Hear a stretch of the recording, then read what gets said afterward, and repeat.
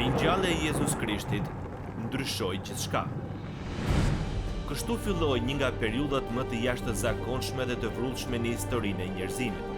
30 vite të ardhshme do të shënjoheshin nga rebelimi, shtypjet, përndjekjet dhe trazirat, të cilat nuk ishin parë kurrë më parë. Dhe në qendër të kësaj stuhie ishte një grup dishepujsh të shtresës së ulët, djegës të atij që i quajtën Mesia, të zgjedhur personalisht nga Jezusi për të çuar mesazhin e tij të shpresës dhe paqes në një botë të humbur që po vdiste. Këta revolucionarë do të përballeshin me kundërshtime dhe përndjekje të ashpra, ndërsa luftonin për të themeluar atë që më vonë do të bëhej kisha moderne. Besimi i tyre i flak dhe përkushtimi i zellshëm frymëzoi një kombë, transformoi një kulturë dhe ndryshoi përgjithmonë rrjedhën e historisë njerëzore. Kjo është historia e tyre, historia e një revolucioni që ndryshoi botën. Por tani, le të zbulojmë shkrimet që fshihen pas kësaj historie dhe mësimet që mund të mësojmë prej tyre në moment vendimtar me doktor David Jeremia. Por ai njeri që u shpëtua u bë katalizator që qindra mijëra njerëz të vinin te Jezus Krishti. Bashkoni me ne për mesazhin e sotëm me titull Jeta që Perëndia bekon. Deri në këtë pikë të librit të veprave, historia e Pjetrit është ajo e një shërbese publike, është historia e Pentakostit nëpër rrugët e Jeruzalemit dhe daljes para Sinedrit jude. Por në pjesën e fundit të veprave, kapitulli 9, ne shohim një lloj pamje të ndryshme të Pjetrit. Këtu ne zbulojmë Pjetrin në vende private dhe personale, duke i shërbyer në shumë mënyra nevojave të dy njerëzve pas dyerve të mbyllura. Dhe fillojmë të shohim atë lloj njeriu që ai ishte vërtet dhe pse Perëndia e bekoi jetën e Pjetrit. Dhe kur unë lexoj këtë histori, e zbatoj në zemrën time dhe shpresoj që dhe ju të keni të njëjtin qëndrim. Zot Perëndi më bëj një njeri të tillë. Më ndihmo të jem një njeri që ti mund të bekosh. Ne lutemi bekoje familjen time dhe duhet ta bëjmë, por gjithashtu duhet lutemi Zot bekoje familjen time dhe mbeko mua. Nuk ka asgjë arrogante të duash të bekohesh nga Zoti. Është një uri dhe dëshirë për më të mirën e Perëndis në jetën tonë. Prandaj ajo që duhet bëj është të shtjellojmë pak këto vargje në fund të kapitullit të 9 të veprave dhe t'ju tregoj parimet që nxjerrim nga ky tekst për jetën që Perëndia e bekon. Së pari, le të fillojmë me këtë. Jeta që Perëndia e bekon është një jetë që është e shënjuar nga shërbesa. Vargu 32 i veprave 9, por ndodhi që ndërsa Pjetri po e përshkonte gjithë vendin, erdhi edhe te shenjtorët që banonin në Lida. Aty ai gjeti një njeri me emër Enea, i cili tashmë prej 8 vjetësh dërgjej në shtrat, sepse ishte i paralizuar. Pjetri ishte larguar nga Jeruzalemi, ai po udhtonte nëpër Jude dhe në Samari në një shërbesë shëtitse predikimesh. Ai ishte një njeri shumë aktiv. Pjetri ishte vazhdimisht në lëvizje dhe prandaj e kemi të lehtë ta përfytyrojmë atë duke nisur këtë lloj turi predikimesh. Tani e di që nga disa njerëz ka kritika për persona që janë shumë të zënë me shërbesën sot dhe mbase disa janë të vërteta. Por pas dekadash të tëra duke lexuar Biblën dhe biografitë e njerëzve që kanë përmbushur gjëra madhështore për Perëndin, mua më duket se shpeshherë Perëndia i përdor njerëzit e zënë. Tani nuk jam i sigurt nëse ata i futen punës pasi ai fillon t'i përdor ata, apo ata kanë qenë duke punuar përpara dhe për shkak të kësaj ai ka vendosur t'i përdor. Por ajo që di është se këta njerëz nuk presin që gjërat të ndodhin, ata i bëjnë gjërat të ndodhin. Ata janë duke i shërbyer Zotit me agresivitet, janë shumë aktiv. Ata janë të ngarkuar. Nëse jeni shumë ngarkuar për të kaluar kohë me Zotin, nëse jeni të zënë të qëndroni me familjen, shumë të ngarkuar të jeni një bashkëshort apo bashkëshorte e mirë, por mos lejoni disa prej këtyre njerëzve që mendojnë se krishterimi është një jetë pushimesh që do të thotë se ne nuk duhet të bëjmë asgjë, mos i lejoni ata t'ju pengojnë, sepse mjaft njerëz të tillë kemi tani apo jo. Ne kemi nevojë për njerëz që janë agresiv dhe të gatshëm të dalin dhe të bëjnë shërbesë. Njerëzit bëjnë këtë pyetje, si mund ta di çfarë shërbese të bëj, si mund ta di vullnetin e Perëndis? Njerëzit gjithmonë pyesin, si mund ta di vullnetin e Perëndis? Dhe disa njerëz që njohësh përdorojnë 3 ose 4 vjet duke u përpjekur të kuptojnë vullnetin e Perëndis. Më lejoni t'ju tregoj çka mësuar gjatë këtyre viteve. Po ekziston një thirrje dhe kjo është e rëndësishme. Por gjëja më e rëndësishme për vullnetin e Perëndis është kjo. Të jemi të zënë duke bërë vullnetin e Perëndis sot, dhe kur ne jemi të ngarkuar duke bërë vullnetin e Perëndis sot, kur të vijë nesërmja, le të futemi punës për të bërë vullnetin e tij nesër, dhe kur bëhen bashkë mjaft të sotme dhe të nesërme në vullnetin e Perëndis, ne do të jemi në vullnetin e tij. ku do që të na çojë kjo? Çfarë do Perëndia që unë të bëj sot? Kjo është pyetja më e rëndësishme që unë mund të bëj. Dhe nëse unë e bëj këtë, finalja do të kujdeset për veten në kohën e duhur. Pietri ishte një njeri i cili përqendroi tek e sotmja. Ai e kapte mundësinë që kishte përpara dhe e shfrytëzonte në maksimum. Dhe një ditë ai arriti në qytetin e Lidas, rreth 50 kilometra në lindje të Jeruzalemit, dhe qëndroi me shenjtorët që jetonin aty. Dhe besimtarët me gjasa ishin disa që ishin larguar nga përndjekjet në Jeruzalem, bashkë me disa besimtarë të rinj. Dhe në Lida Pietri takoi një njeri të quajtur Enea, i cili prej 8 vjetësh dërgjej në shtrat për shkak të paralizës. Është interesante që të theksoj se, me sa kam studiuar unë, nuk ka të dhëna që besimtarët të jenë shëruar në dhjatën e re. 3 prej tyre u ringjallën prej së vdekurisht, Lazari, Dorkasi dhe Eutiku, por asnjëri nuk u shërua nga sëmundjet. Nuk na tregohet specifikisht për gjendjen shpirtërore të Eneas, por duke parë trendin e shërimeve në dhjatën e re, mund të supozojmë se ai nuk ishte besimtar. Nuk na tregohet shumë për të, përveç se që ai ishte i paralizuar, mbasi kishte qenë paraplegjik për 8 vjet. Sidoqoftë, situata e tij ishte e pashpresë, ai ishte i pashpresë. 8 vjet janë një kohë e gjatë për të qëndruar në shtrat i smur. Disa prej nesh kur smuremi dhe qëndrojmë në shtrat për një javë, i çmendim të gjithë ata që kemi përreth. Ky njeri ishte i smur për 8 vjet. Ditë pas dite, javë pas jave, muaj pas muaj, vit pas viti, dhe situata nuk kishte fund. Doktorët prej kohësh kishin hequr dorë nga rasti i Eneas si një rast i pashpresë. Kishte dhimbje dhe vuajtje, padobishmëri, një barë vazhdueshme për njerëzit e tjerë. Ekzistonte një pyetje gërnjare, pa përgjigje, pse unë? Por gjithashtu kishte edhe kosto ekonomike, shoqëroi nga varfëria, vështirësitë dhe shtrëngimi, dhe të gjitha që e shoqërojnë sëmundjen molisëse, dhe kështu kishte qenë jeta e Eneas së Lidas për 8 vjet. Dhe Pietri e gjeti atë. E dim se kur kemi një jetë vulosur nga shërbesa, i gjejmë njerëzit e lënduar, ose ata na gjejnë ne. Dhe ndonjëherë ndodh nga që ne kemi qenë të lënduar, ose tani lëndimi që kemi pasur është gati si një magnet për të tjerët që janë lënduar në të njëjtën mënyrë. Pietri kishte një jetë të shënjuar nga shërbesa.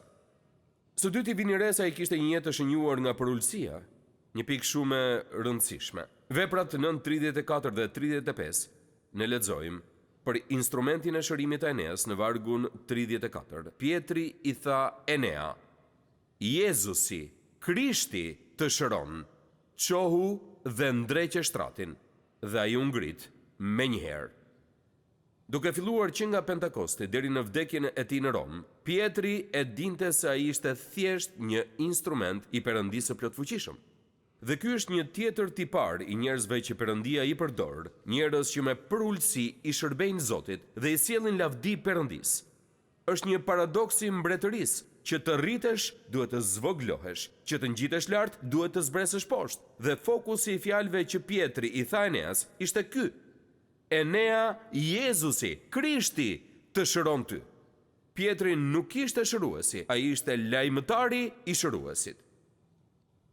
Ka shumë tundim për pushtet, lavdi dhe ambicie në shërbes sot, me cilin duhet bëjmë kujdes. Është Jezus Krishti, ai që po punon përmes shërbëtorëve të tij për të arritur atë që duhet. Të gjithëve do të na bënte mirë të përdornim mënyrën e të folurit që Pietri kishte përvetësuar. Pietri tha: Jezus Krishti më ndihmoi mua, Jezus Krishti më shpëtoi mua, Jezus Krishti më shëroi mua, Jezus Krishti më ngushëlloi mua, Jezus Krishti siguroi për mua. Ishte Jezus Krishti dhe jo Pietri. Dhe është Jezus Krishti dhe jo David Jeremia. Është Jezus Krishti ai që shëron. Dhe Biblia na thot se kur ai ja tha këto fjalë Eneas, ndodhi një shërim i menjëhershëm. Pietri i tha: Enea, Jezusi, Krishti të shëron, qohu dhe ndreqe shtratin, dhe ai u ngrit menjëherë. Dikush ka thënë që kjo ishte fuqi e vërtet, sepse sa prej nesh për vite me radhë kemi thënë adoleshentëve ta ançohu dhe rregullo shtratin, por pa rezultat.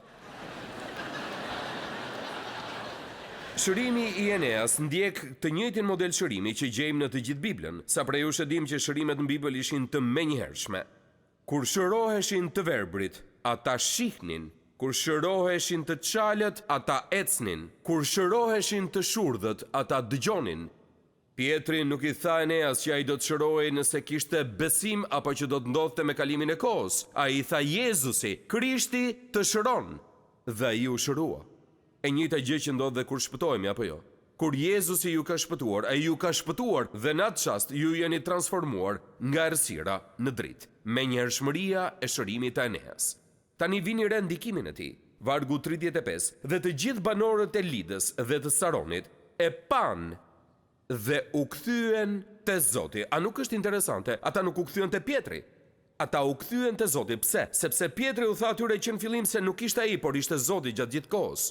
Çfarëdo që ju të thoni njerëzve, ata do ta ndjekin atë. Nëse u thoni se është e juaja, do t'ju ndjekin ju, por nëse u thoni se është Zoti, ata do të ndjekin Zotin. Shërimi i Eneas ishte një mrekulli vetëm te një njeri, por ndikimi i tij ishte një mrekulli që preku të gjithë zonën.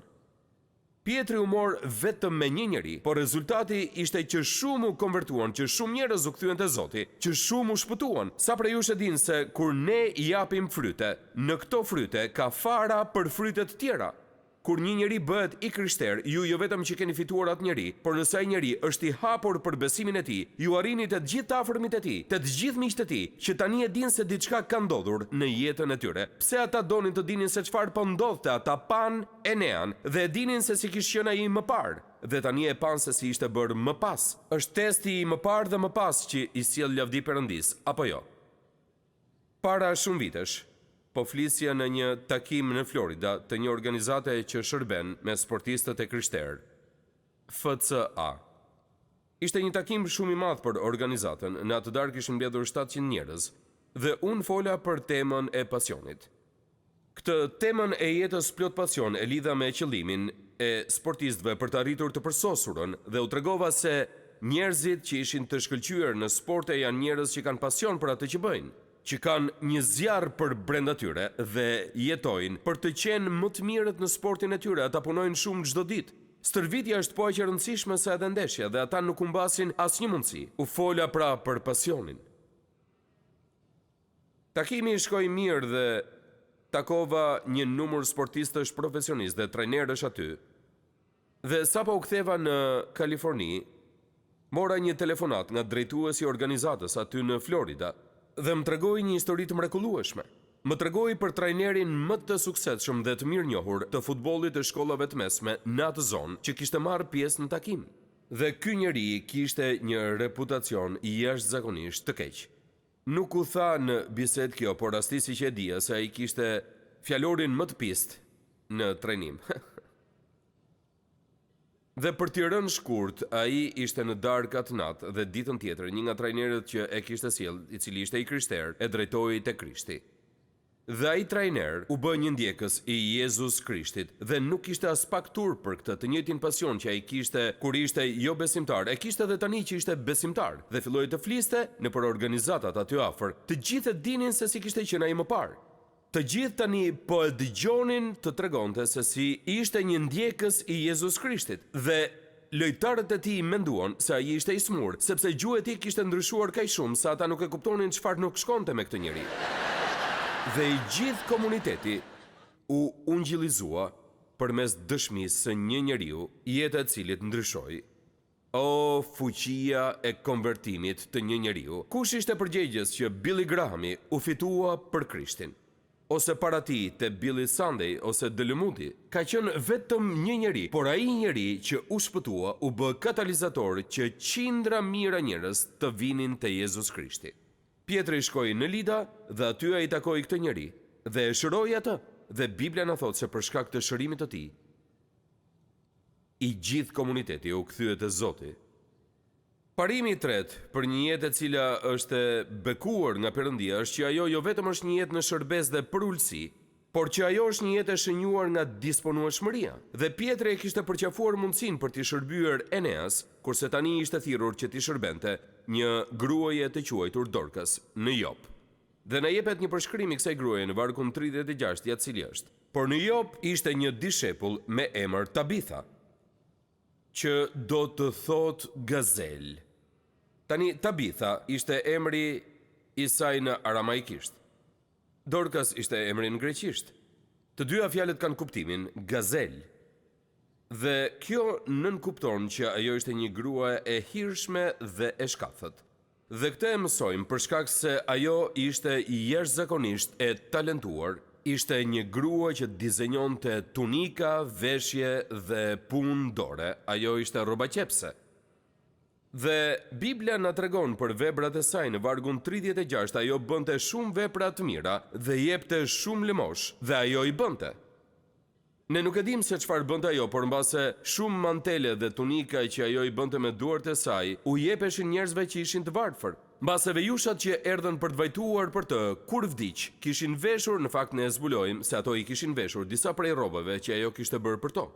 Unë përfituroj Dorkasin si një grua të qetë, që ishte engarkuar me punën e Zotit, punëtore dhe që kujdesej për ata që kishte përreth. H.A. Ironside ka shkruar për të, a i thot kjo grua duhet ka qenë një njeri shumë gjenial. Unë mendoj se fytyra e saj shkëlqente nga dashuria për Krishtin. Unë nuk mendoj se ajo kishte një shtrëngim dore të rafinuar, por besoj se kishte një shtrëngim dore plot energji. Ajo gjithmonë interesoi për të tjerët, ishte një krishter me zemër të ngrohtë. Kjo ishte Dorkasi. Dhe pastaj në vargje 37 deri në 39 lexojmë për vdekjen e saj. Por në ato ditë ndodhi që ajo u sëmur dhe vdiq, pasi e lan e vunë në një dhomë në katin e sipërm. Dhe duke qenë se Lida është afër Jopës, dishepujt kur morën vesh se Pietri ndodhej atje, i dërguan 2 burra që ta lutnin të vijë tek ata pa vonesë.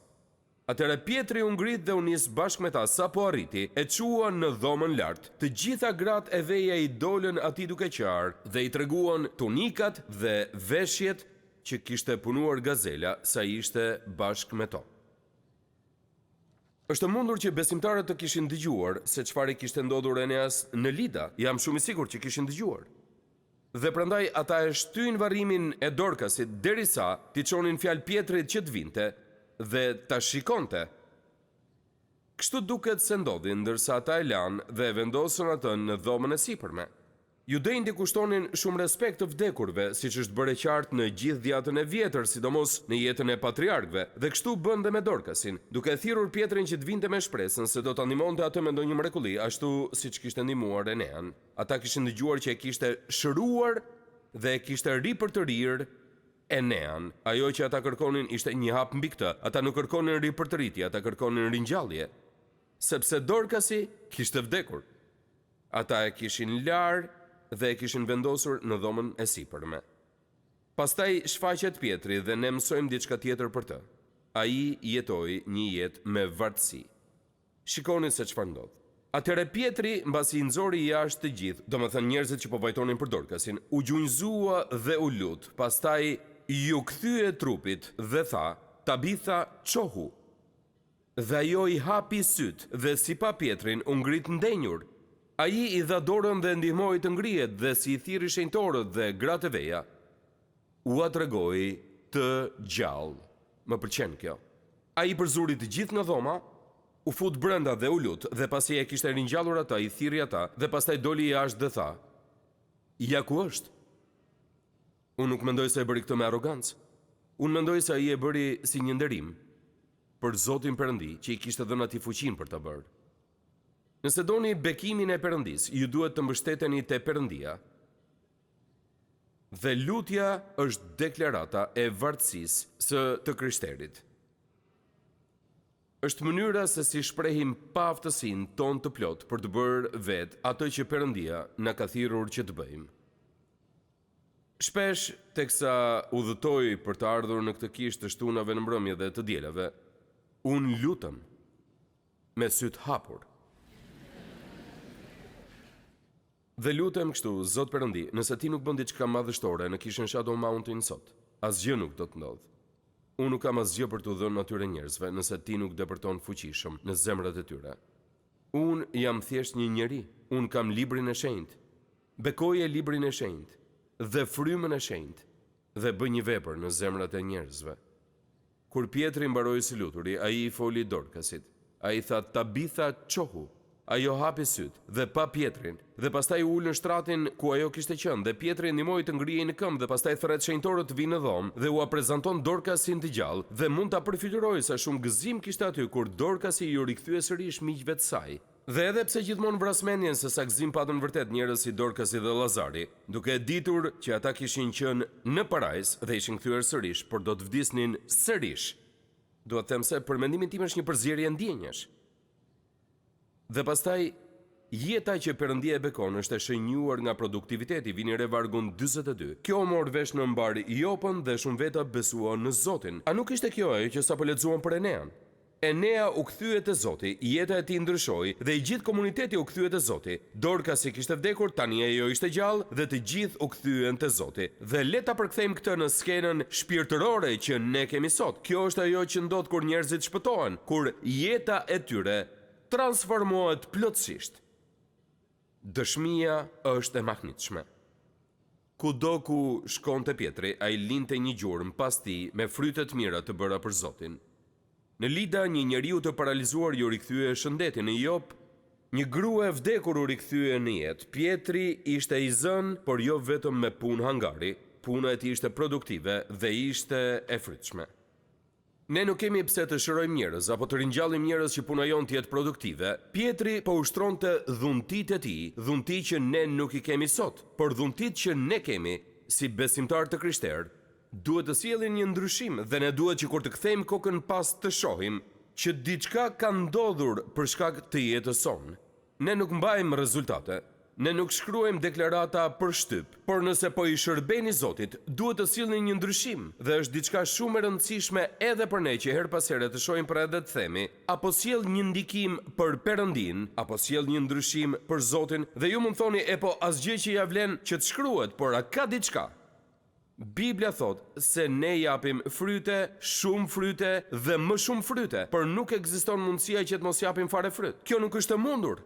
Nëse jeni besimtar dhe nëse po e ndiqni Zotin, keni për të pasur disa fryte në jetën tuaj. Dhe duhet që kur ta ktheni kokën pas të thoni, në këtë mënyrë të thjesht, unë po sjell një ndryshim për Perëndin.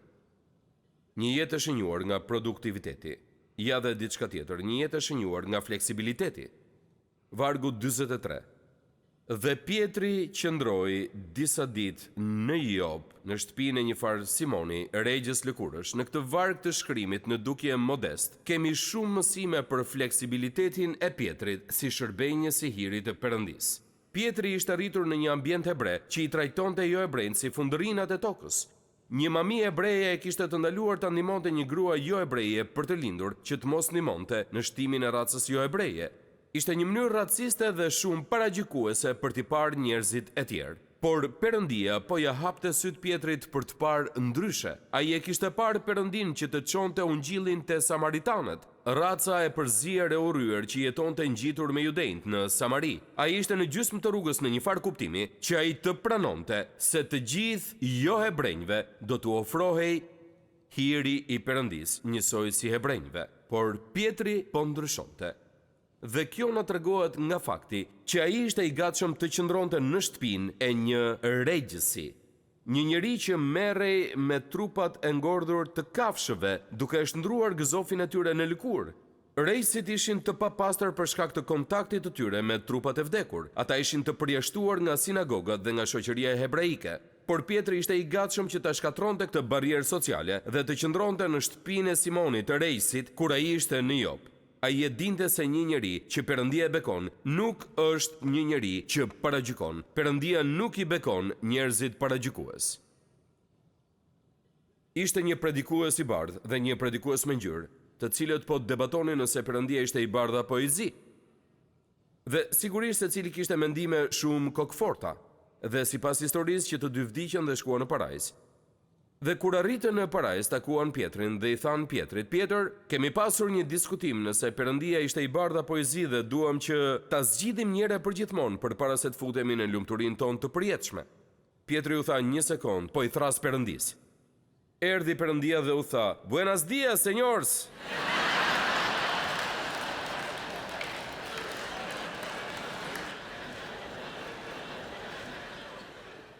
Tani kjo nuk ka ndodhur vërtet.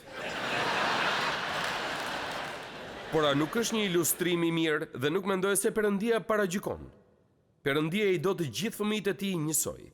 Dhe Perëndia po i mësonte Pietrit se nëse ai donte të ishte i bekuar nga Perëndia, ai duhet të ishte njëri po ashtu fleksibël dhe i disponueshëm për të gjithë njerëzit. A nuk është interesante kjo vetëm në këtë pjesë të shkurtër të shkripit mësojmë kaq shumë për Pietrin dhe mësojmë kaq shumë për njeriu të cilin Perëndia e bekon. Ai nuk I bekon njerëzit e përsosur domosdoshmërisht, sepse të gjithë e dim që Pietri do të ishte e përjashtuar nga kjo. Pietri ishte shumë larg I të qenit I përsosur.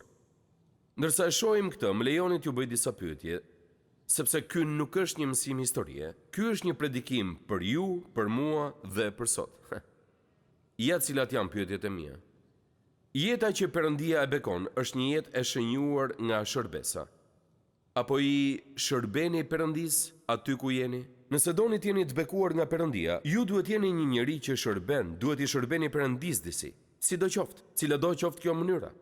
Ja pyetja tjetër. Jeta që Perëndia e bekon është një jetë e shënjuar nga përulësia. A I jepni lavdi Krishtit për atë që ai po bën në jetën tuaj, apo këtë lavdi e merrni për vete? Jeta që Perëndia e bekon është një jetë e shënjuar nga disponueshmëria. Nëse jeni në Lida, a jeni të gatshëm të shkoni në Jop? Jeta që Perëndia e bekon është një jetë e shënjuar nga vartësia, kur ju jeni gati të bëni diçka për Perëndinë, e bëni këtë me forcat tuaja apo uleni në gjunjë dhe luteni. Jeta që Perëndia e bekon është një jetë e shënjuar nga produktiviteti. Kur ju I shërbeni Zotit, a ndodh ndonjë gjë? A realizohet ndonjë gjë apo sillni një ndryshim? Dhe jeta që Perëndia e bekon është një jetë e shënjuar nga fleksibiliteti. A do t'i shërbeni Perëndis, pavarësisht se për çfarë ju thërret ai dhe në çfarë do lloj rrethanash që ai ju drejton? Nuk mund ta përfytyroj dot që Perëndia e qiellit, që na dha fjalën e tij të mrekullueshme dhe na dha dhuratën e shpëtimit, do të shpërfillte ndonjë nga fëmijët e tij që shkon tek ai dhe I thotë: Zot, unë dua të të shërbej ty me gjithë zemrën time, nuk e di ç'kërkon që unë të bëj, dua vetëm që të dish se jam I gatshëm dhe kur të më tregosh se çfarë është dhe ta di se çfarë është, unë do ta bëj menjëherë. Nëse shkoni te Perëndia kështu, nuk do të mbeteni për shumë kohë I papunë. Ju do të punësoheni në punën e mbretërisë. Dhe pastaj Perëndia do të fillojë t'ju bekojë. Unë e di që Perëndia kërkon të na bekojë. Dhe pyetja është, a duam ne të bekohemi aq shumë sa ti jemi ata lloj njerëzish që Perëndia I bekon? Faleminderit që ishit me mua sot në moment vendimtar. Sa më shumë që e studiojmë fjalën e Perëndis, aq më shumë e kuptojmë që Perëndia ynë I dashur dëshiron të ketë një marrëdhënie personale me gjithë secilin prej nesh. Nëse ju do doni që të filloni një marrëdhënie me të, hapi I parë është që të pendoheni për mëkatin tuaj dhe t'i kërkoni Jezus Krishtit që të bëhet Zoti dhe shpëtimtari juaj. Sapo ta merrni këtë vendim për të pranuar dhuratën e Perëndis për shpëtimin, do të fillojë udhtimi juaj me Perëndinë si një krijesë e re në Krishtin. Nëse sot e keni marrë këtë hap besimi, ju inkurajoj që ta ndani vendimin tuaj me të krishterë të tjerë në një shërbes të besueshme apo te një kishë zonës, dhe që të vazhdoni të rriteni në besimin e sapo gjetur. Perëndia ju bekoft, ndërsa filloni ecjen tuaj me Perëndinë. Pres me padurim që të shihemi herën tjetër këtu në moment vendimtar.